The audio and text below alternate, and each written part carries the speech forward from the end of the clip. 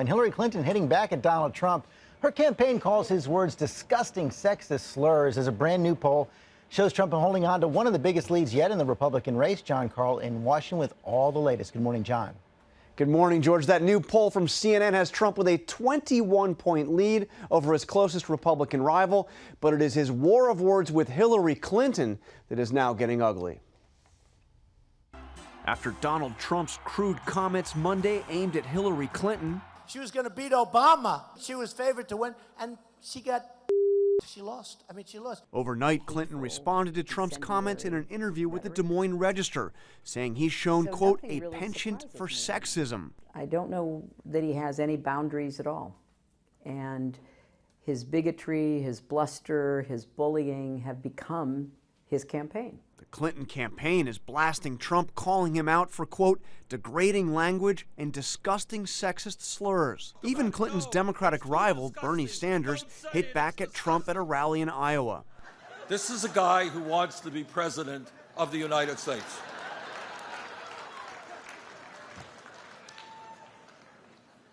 He must have a very unusual relationship with women.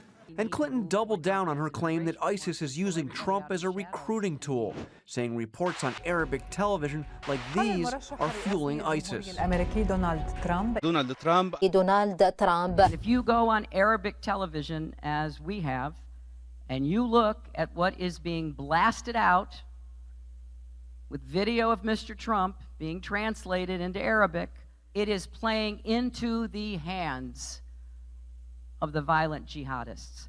Meanwhile, Jeb Bush joined in to criticize Clinton. She's great at being the victim. But Bush didn't spare Trump either. It's not a sign of strength to insult people with profanities. For crying out loud, we're 2 days before Christmas. Lighten up, man. Overnight, Donald Trump tweeted that the term he used is not vulgar.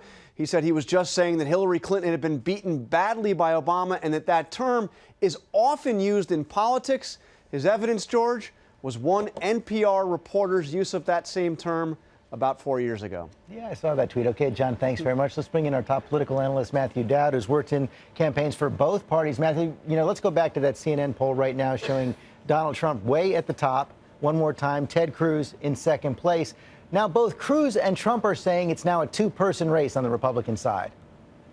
Well, I think it's actually going to be a three-person race. It's two people dominant, really one person dominant at this point, George. But I think it's going to come down to a three-person race based on what happens in New Hampshire, and that's going to either be Marco Rubio or Chris Christie if they surprise in New Hampshire. So I look for this to be a three-person race. But one thing, George, I wanted to say is the last time a Republican was this dominant in the primary was in 1999-2000. That's the last time a Republican has been this dominant right before Christmas. And that was George W. Bush, who you worked for, who went on to get the nomination, become president of the United States. So you believe now that Donald Trump has a legitimate chance to be the nominee?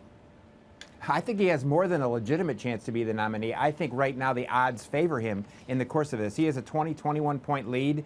Everybody else is way down the list. He's probably, right now, is going to win New Hampshire. I think he has odds. The problem he has, though, is that there's one electorate, the Republicans like him, and the general electorate has a real problem with him. That's Donald Trump's real Achilles heel is the general election, which he's very vulnerable in. Okay, Matthew Dowd, thanks very much.